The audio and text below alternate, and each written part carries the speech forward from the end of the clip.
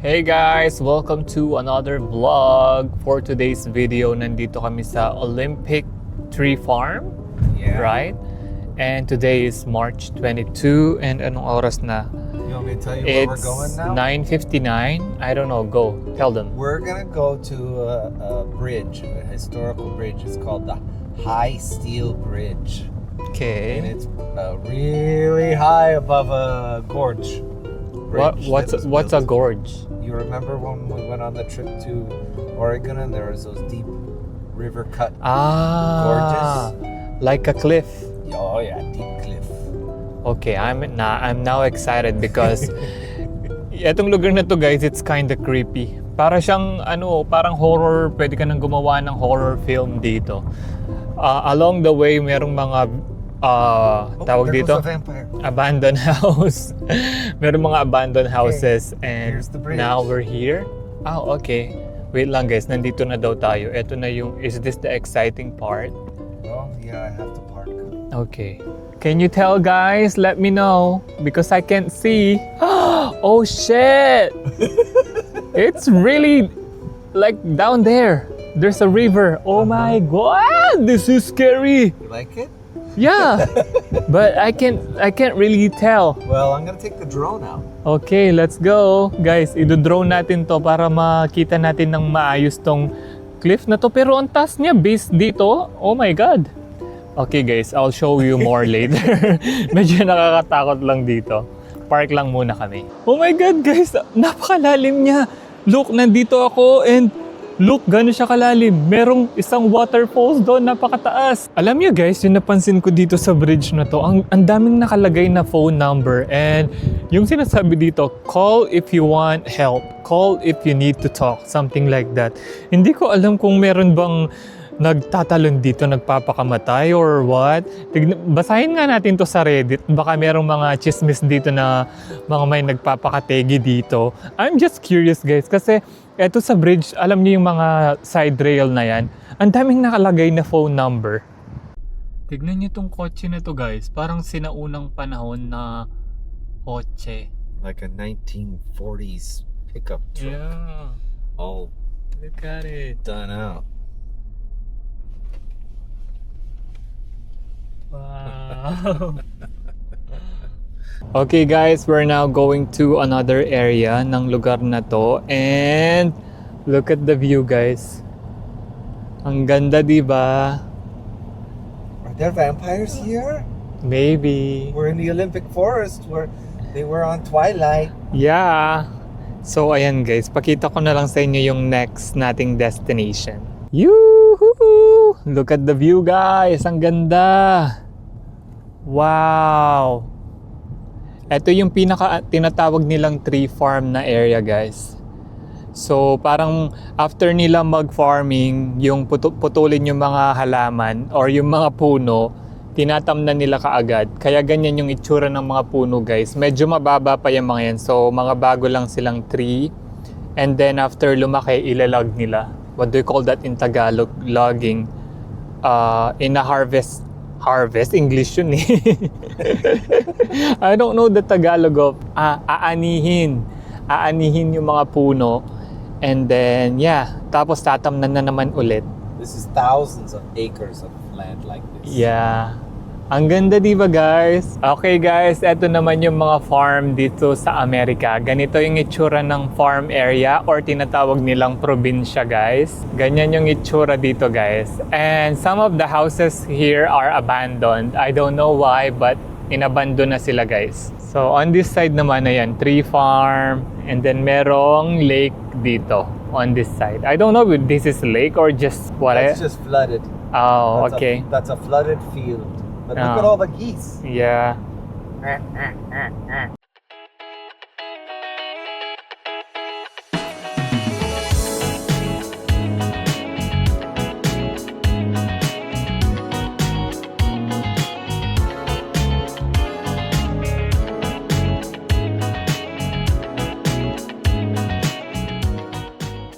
Okay guys, nandito na tayo sa ating next destination. Nag-break lang kami guys kasi yung aso namin kailangan namin siyang ilakad ng konti. Baka umihi kasi sa car. And eto siya guys, nasa Potlatch Park tayo. Nasa tabing dagat to guys. And medyo amoy ano lang siya guys, amoy tahong kasi may mga oyster dyan. And medyo maputik siya. Pero ang ganda ng view guys, so I don't know what's that island, pero ang ganda. Ito yung view natin for today. Ang ganda, grabe. So today guys, it's a Sunday. Bigla na lang namin naisipan to guys na mag road trip kasi nagugustuhan ko yung reaction nyo sa aking mga content about sa ating pasyal serye. Thank you guys sa pag-support sa aking mga content. I really appreciate it. And ang dami ding nag-PPM, nagme-message sa akin sa Facebook. Thank you guys sa support nyo. And then yung iba yung mga galing pa sa TikTok account ko. Mini-message nila ako sa Facebook guys na sinasabi nila na tawag dito na wala daw ako sa TikTok. And totoo naman yung guys, hindi ako nagpo-post madalas sa TikTok nung nakaraang weeks or months yun guys kasi bawal tayong magtrabaho. Kasi guys yung pag nag-post ako ng content online, medyo nag-degenerate sila ng pera. So, iniiwasan kong gawin yung pagpo-post. Kaya ngayon, I'm back. Legal na tayo dito sa Amerika and pwede na tayo kumita ng pera. So, kayod na tayo guys. Gawa ng content. Ayan. And medyo malamig. Look, are you cold? My ears are cold. Okay. It's freezing. Are we done here? Yeah. Okay. A little out. Okay guys, punta na tayo sa ating next destination and I don't know where is the next destination pero it's so pretty here. I hope guys you enjoy this trip. Ano lang to guys, quick road trip. Parang 1 oras lang to layo sa bahay namin. And yeah, so guys, nandito na tayo sa last destination for today. And this place, they call it Big Creek Campground. Actually, sarado yung campground guys because it's not summer yet. Pero maraming tao nandito ngayon guys para mag-walking. And ayan yung itsura niya guys. Actually, this is just another forest. But yung difference guys, if you can see, yung mga puno dito or yung mga pine trees are skinny. Dun sa lugar namin, di ba, medyo mataba and lush. And then dito, ganito yung itsura ng mga pine trees. And hindi ko alam kung gagawin namin yung 4 miles na walk. But nandun si Sterling sa isang creek. Kukuha siya ng mga drone shots. Puntahan natin siya. Medyo malamig today ha. So guys, ngayon nandito tayo sa may creek. Tabi lang to ng daan, ayan siya. And ayun si Sterling. Gusto niya lang kumuha ng drone shots dito sa may Sapa or Creek. Maganda naman siya guys. Alam niyo yung kagandahan dito, yung tubig napakalinaw. So yung tubig na to galing pa to ng bundok. And pabagsak siya sa isang lake. Alam ko merong lake dito guys na man-made lake. Pero sarado yung access sa lake guys. I don't know why. Pero ngayon sarado siya. And yung lake na yun guys ay man-made siya. So it calls Cushman Lake. So yung lake na yun guys, man-made to create power, ganun, parang electricity. Based yun kay Sterling guys if I'm wrong, please correct nyo ako, but yung info na yun galing lang kay Sterling. Okay guys, tumatakbo si Sterling. Yung drone niya daw nasabit sa isang puno. So, tignan natin. Sundan natin si Sterling. Oh my God, nasa na siya? Eto guys, nandito tayo sa isang ilog. Sana hindi naman na sa ilog yung kanyang drone. Grabe, napakamahal pa naman nun. So, let's go. Puntahan natin si Sterling. Oh my God. Medyo challenging pa naman tong... Ay! Ano ba yan? Wait lang. Oh my God. Tara. Let's go guys. This is a drama vlog. Tumatawa lang ako guys. Pero kinakabahan ako kasi medyo mahal yung drone ni Sterling na yon. Oh my God. Nasaan na si Sterling? Wait lang. Hindi na to nakakatawa. Iniwan niya ako dito. Wait lang. Nasaan na siya? Shit. Hala. Nasaan na? Okay guys, wait lang ha. Hanapin ko lang si Sterling. Okay guys, para meron kayong view kung ano yung nilalakaran ko ngayon. Actually, wala siyang trail. Nasaan na si Sterling? Bigla na lang nawala si Sterling. Wait lang, iniwan niya kami dun sa may Sapa. Wait lang, nasaan na siya? Seryoso na to, hindi ko mahanap si Sterling. Medyo kinakabahan na ako. Wait lang, nasa na siya? Hindi naman kasi siya nagpaalam sa akin. I mean, sinabi niya lang sa akin nawawala daw yung drone niya tumama sa isang puno. Eh ngayon, hindi ko siya mahanap. Hindi ko alam kung saan siya pumasok sa gubat na to. Alam ko naman yung pabalik sa kotse pero si Sterling wala talaga siya. Wait lang, balik muna ako sa car siguro. Kasi walang signal, hindi ko din matawagan si Sterling. Babalik na lang muna ako sa kotse. Kailangan kong bumaba sa ilog. Yun yung natatandaan kong lugar kung sa... Wait lang, ano ba to? Let's go, Ernie. This way. Come here. Saan ba ako galing kanina? Ay, ito. Let's go, Ernie. This way. Ayun. Ayun na yung ilog. Ayun na yung ilog, guys. Okay. Dito tayo. Wait lang, paano ba ako napunta dito? Wait, ayun yung ilog. So wait, dito tayo niyan. Okay. Balik tayo dito. Pero bangin to, paano ako bababa? Ayun. Paano ba ako makapunta dito? Ayun, wait. Pati yung aso namin, di niya alam saan siya hahakbang kasi tignan niyo guys, pero galing ako dun sa may baba ng ilog. So ngayon, babalik ako sa ilog para hindi ako maligaw. Medyo nakakaligaw siya guys. Walang direction kung saan ka pupunta. Wait guys, ayun na guys, nakita ko na si Sterling. Ito na siya, babalik na siya. I hope nakuha niya, na-recover niya yung drone. Wait lang, ayun na siya. Hello, I'm here! Wait lang. Tara. Ayun, nasa na siya. Nakita ko yung ulo niya kanina. Wait lang. I'm here. Let's go. No! Did you find it? Is there on the app make a sound? On your DJI app? You can make a sound? If it's underwater. Oh shit.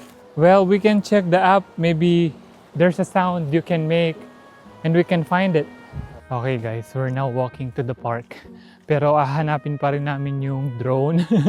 Pero sa Sterling sabi niya, naglakad na siya sa pinakamalayo doon. Pero syempre, iba pa rin yung apat na mata na nagtitingin.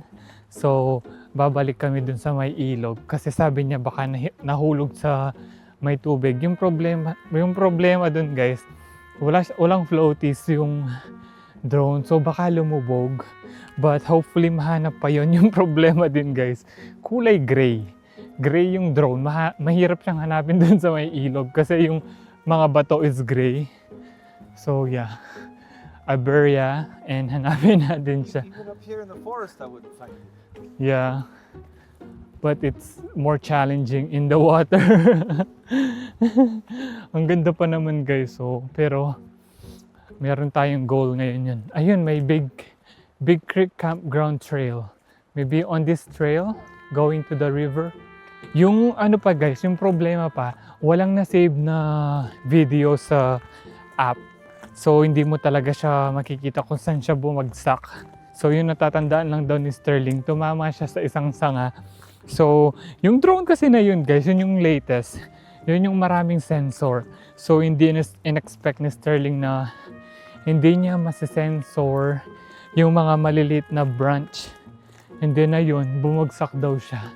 So, dito ngayon pabalik tayo sa may ilog part and hanapin natin siya. Okay guys, we're heading back home. Hindi na talaga namin nahanap yung drone, but it's just a thing. Pwede namin siyang palitan anytime. And yeah, mura lang naman yun guys. Kasi nasa amin pa yung ibang accessories. I don't know if masasabi mong mura yun, pero nasa 10k plus pa rin yun. Pero okay lang, bagay lang yun. Nag-enjoy naman kami today. And now we're going back home na. Siguro another 1 hour pauwi sa bahay. So yeah, i-enjoy na lang muna namin itong view. Update ko na lang kayo guys kapag nasa bahay na kami. So nabubulol pa talaga. Medyo napagod din ako sa paghahanap guys. Kasi ang hirap maghanap. Kulay gray yung mga bato. And then hindi namin alam kung nasan yung exact place. Tapos hindi namin alam kung lumubog ba sa tubig. So yun. See you na lang mamaya sa bahay guys. Hello guys! Nakauwi na kami ng bahay and guess what? Naka-recover na si Sterling sa pagkawala ng kanyang drone. Alam nyo ba, nag-order na siya ng bago niyang drone. How much did you pay for the new one? 300, right? Yeah. Okay. But it comes with batteries too. Okay. So, nag-order na siya ng bago niyang drone and battery. Meron na kasi siyang controller at saka yung goggles. So, bali yung inad na lang niya is yung pinaka-drone. Kasi dati guys, binili niya yon as a set. So, mas mahal siya kung set. Pero ngayon, binili na lang niya, yung inad na lang niya yung drone. So, bukas guys, wait, may papakita ko sa inyo. Ilalagay ko na lang dito sa screen siguro. Yung last footage nung drone, nakita namin dun sa goggles. So, baka tomorrow guys, baka tomorrow babalikan namin yung lugar na yon. And let's see kung nandun yung drone. Kasi mali pala kung saan kami naghahanap guys. Mali yung pinaghanapan namin ng drone. Hindi pala siya lumayo guys. Malapit lang siya kung nasan kami. So tomorrow, let's see kung makikita natin siya bukas and babalik tayo doon. Sana hindi siya inanod. Sana nung nag-drop yung drone, sana nasa yung alam niyo hindi siya nag-float na nagpunta sa malayo. Sana nandun lang siya sa pinakababa ng river. Medyo malakas yung agos pero maraming bato. Merong chance na na-stuck siya sa mga bato and meron ding chance na baka inanod na yon. Pero ayun, babalik kami tomorrow and yeah, ganun lang siya kabilis makarecover guys. Nag-order siya kaagad ng kanyang drone and then in-orderan din ako ng bagong camera. Akala mo talaga kumikita na ng pera. Talaga namang ako pa rin magbabayad ng camera guys sa mga kinikita natin sa Facebook. Kaya supportahan nyo ko sa Facebook guys. Sabi ko sa kanya, o sige bilhan mo ko. Gagalingan ko pa sa Facebook and everything para alam mo yon mabayaran yung cost ng camera. Ganon. So, supportahan nyo ko guys sa mga kahit mag-comment lang kayo dyan, mag-post, i-repost yung mga especially sa Facebook kasi nag-generate yun ng money. So, yun lang guys. Isasama ko kayo ulit tomorrow sa aming journey sa paghahanap ng missing drone. Hey guys! Good morning! This is the next day na and kakagising lang namin tapos meron kaming na-receive na package. So, ito yung replacement drone ni Sterling. So, i-unbox natin siya. It's 8 AM na guys. Hindi namin alam kung matutuloy pa kaming magpunta dun sa ilog kasi nag-research si Sterling. Yung drone daw baka kahit makita mo, hindi mo na siya pwedeng magamit. So, you did the research. We cannot use the drone even we find it. Reality is, it's been underwater. It's gonna be oxidized when I dry it out. Even if I take it all apart, it likely won't run. Oh, okay. But we got replacement, guys. This is the next day, and yes, unbox natin siya. So this is what do you call this kit? The basic kit? No, it's a step up because it has another remote that I think you can use with your drone. Okay. Meron daw din tong remote guys na pwede kong gamitin dun sa DJI Neo 1 na ginagamit ko. Si Sterling kasi ginagamit niya is DJI Neo 2. So, buksan na natin. Did you get also extra battery? Yeah, it comes with batteries. Okay. So, eto siya guys. Eto na yung bagong drone. Sana hindi na mawala to kasi ang mahal naman guys. I don't know kung magkano to. Baka 300 plus lahat ito. Yung buong set na to. So, yeah, yung nauna kasi guys, mas mahal siya kasi meron pa siyang goggles, meron pa siyang ginaganon-ganon. But this one, ito lang yung parang, yung ganito guys, yung nilalagay sa phone. Pero buksan natin siya guys, tignan natin. Ito ay Bundle Fly More. So, ito yun, Fly More combo ng DJI Neo 2. So, buksan na natin siya. Ang dami pang chika, no? Tapos guys, kahapon in-orderan niya rin ako ng aking bagong camera. But for now, ito muna yung unbox natin. So, ito yung pinaka-drone guys. So, ito na yung replacement niya. Alam nyo guys, meron tong 6 na sensor. Pero kapag maliit yung sanga or manipis, yung payat lang yung sanga, hindi niya nasa-sensor guys. Ito siya oh. Meron na nga siyang antenna, sensor sa taas. I know meron din tong sensor sa baba. Ayan. Sabi kasi 6 sensors yata yung pagkabasa ko sa isang papel nito. Pero yeah, ito na yung replacement ng pinaka-drone. And then, tignan natin tong remote. Interesado ako dito sa remote kasi mas easy to gamitin kesa dun sa naka-goggles ka. Kasi kahapon si Sterling habang nagdo-drone siya, merong mga sasakyan sa likod. So, kailangan ko pa siyang warningan na may paparating na tao. Pero pag eto siguro yung gagamitin mo, hindi ka na masyadong mag-worry. Kasi pag naka-goggles ka guys, nakatakip ka. So, hindi mo nakikita yung surrounding mo. Yung nakikita mo lang is kung ano yung mga footage ng drone. So, okay. Ano tong isa? Bakit may dalawang eksena? Tapos extra battery. Ito yung pinaka controller. Actually, oo nga. Parang mas easy to. It also has a speaker. What? I don't know if this is a speaker or something. Oh yeah, this is gonna be easier for you. Of course, meron siyang manual. And then, merong charger. Ito yung gusto ko. Meron siyang extra na LC guys. Kasi minsan talaga para tong nayuyupi. And then yung lipad niya, maingay. So, pinapalitan namin siya. Kasi yung isang luma, pinalitan ko na rin yung parang ganun niya. And then, ito yung pinaka-connector sa phone. Okay, ito yung battery guys. So, bali meron na siyang 4 na batteries niyan. Yung isa, sayang yun. Ang mahal pala ng isang battery nito. $70 for one battery, right? Or 80 with tax. see, 80 guys, isang battery. So, yun lamang guys. Gusto ko lang i-share itong unboxing na to. And, yung unboxing ng bagong camera ko, siguro ilalagay ko na lang sa aking Facebook Reels and sa aking TikTok. So, follow nyo ako sa aking TikTok and Facebook Reels. Kasi, very active talaga tayo dun guys. Pero sa mga gusto ng longer vlog, longer video, syempre dito kayo sa YouTube guys. And please comment kayo guys. Kahit comment lang yan or i-share nyo tong video na to para magkaroon tayo ng engagement dito sa ating YouTube account. So yeah, hindi ko alam kung ano yung mga ganap namin today guys. Pero yeah, for sure isasama ko kayo. Okay guys, hindi tayo natuloy sa ating lakad for today's video. Pero meron kaming task na gagawin ngayon.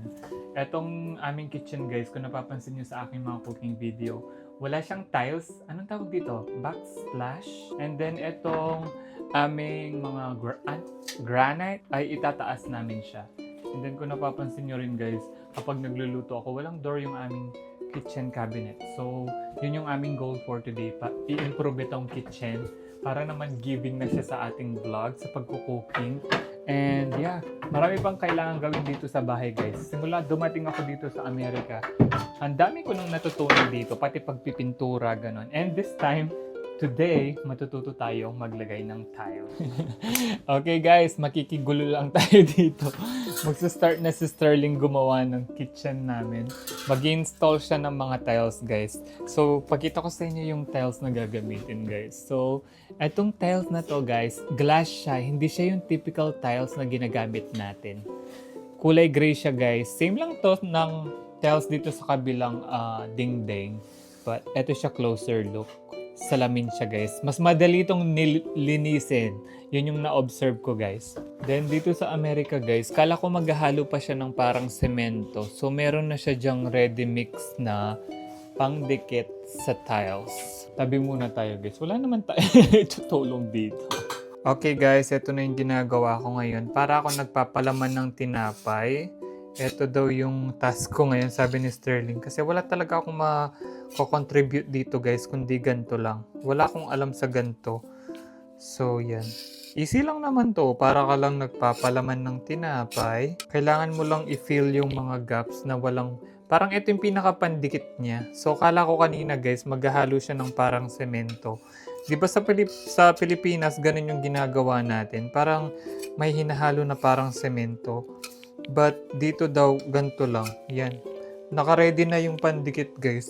Ready-made na siya. So, ayan. So, hindi na ako masyadong mag-video guys. Kasi medyo boring lang tong process na to. And ipapakita ko na lang later yung outcome ng magiging tiles dito sa kitchen.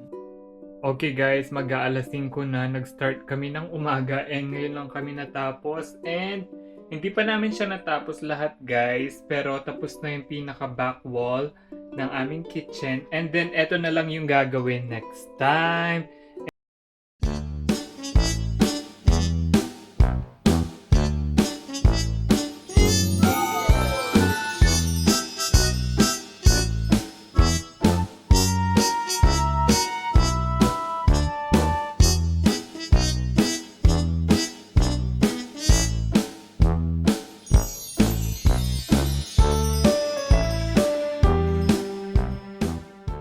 Hello guys! Another home improvement project tayo for today's video.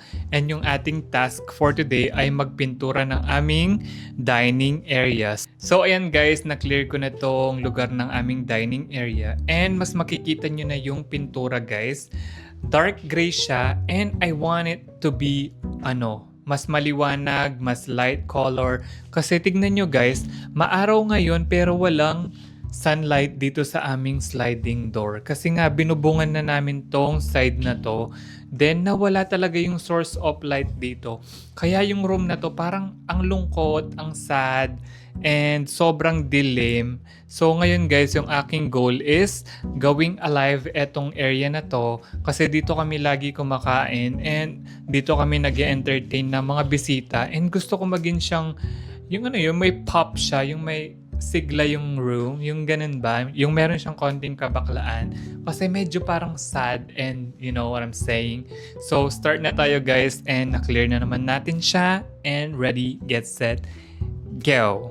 So, ayun guys, nakalimutan ko na mag-update dito sa YouTube kasi gumagawa din ako ng Facebook Reels kasi doon tayo kumikita ng pera. And, yeah, natapos ko na yung first layer ng ating pagpipinta dito sa area na to. And meron pa siyang konting nakikita-kita, so lalagyan ko siya ng second layer. And what can you say guys? Like, super liwanag niya, no? Gusto ko sana pinturahan din tong kisame para mag-matte siya. Pero tignan nyo guys, parang naging lively na yung eksena ng aming dining area. Hindi na siya parang dark and malungkot. So yeah guys, tapusin ko lang tong second layer and nagugutom na ako, magla-lunch muna ako. So ayan guys, kakatapos ko lang mag-lunch, no? And next step na tayo, itong dalawang wall na to. And then meron pa akong ibang mga task here, like yung parang itong edge ng door na to, pipinturahan ko pa siya ng white. And then, hindi talaga ako sure sa ceiling na to kung gagawin ko din siyang light gray.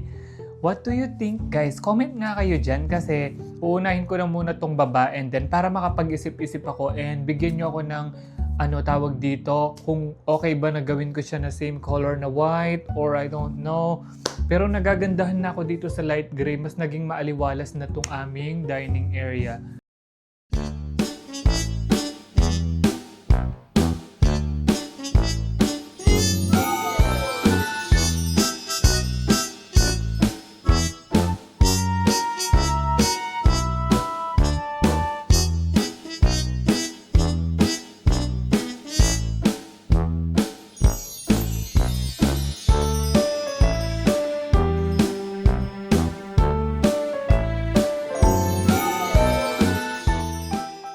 Update guys, ayan, napinturahan ko na tong pinakababang wall ng dining area. What can you say guys kung ipapantay ko ba tong ceiling sa wall or okay na siya na ganyan? Tignan nyo guys, hindi ko na muna babalik yung mga gamit dito. Wait ko si Sterling and mag-decide kami kung ano yung next step. Kung pipinturahin ko rin ba to para hindi na lang ako ma-hassle na ibabalik ko yung mga gamit din, tatanggalin na naman. But for now, ayan siya guys. Ayan yung eksena niya ngayon. Nagustuhan ko siya, lalong nag-pop out yung wallpaper namin dito sa dining area. And hindi talaga ako sure dito sa dark gray na ceiling. But i-convince ko si Sterling kung carry namin palitan to ng lighter. Ako naman din yung magpipintura, so laban. So for now guys, magpapahinga muna ako and update ko na lang kayo guys sa susunod na house kinematic. But eto rin guys, so yung next project ko, etong mga trim na yan, etong trim na dito, and then yung dito sa kitchen, Kukulayan ko din tong mga to guys ng white lang naman. And ang dami ko pang projects dito guys. Okay, pakita ko sa inyo. And pagpasensyahan nyo na guys kung marami yung bahay ngayon kasi ganyan talaga pag may house renovation. So eto na pala yung tiles. Nung nakaraan, ayan natapos na yung isang wall. And then na-fix na ni Sterling yung mga wall dito, yung textured. Yung mga bahay kasi dito guys, anong tawag dito? Yung drywall lang sila, hindi siya concrete. So, kailangan namin siya lagyan ng texture para hindi halata yung mga imperfections. So, ayan na siya guys. Ito yung next project ko tomorrow. And then, ano pa ba? Ayan, etong mga wall na yan, pipinturahan ko yan. Etong door na to, mapipinturahan yan. And then, yung wall na to, pipinturahan. And then, etong door na to. Halos lahat ng door, guys, ay pipinturahan ko. And even this one. So, yun lamang guys, magpapahinga muna ako and magliligpit lang ako ng konting pinaggamitan ko ng pintura and all. See you na lang tomorrow guys. And I hope maging maganda tong kakalabasan ng ating eksena dito sa bahay. But, it's giving, right? So, see you guys na lang next time. So, yun na lang muna ang ating house update guys. See you on the next video.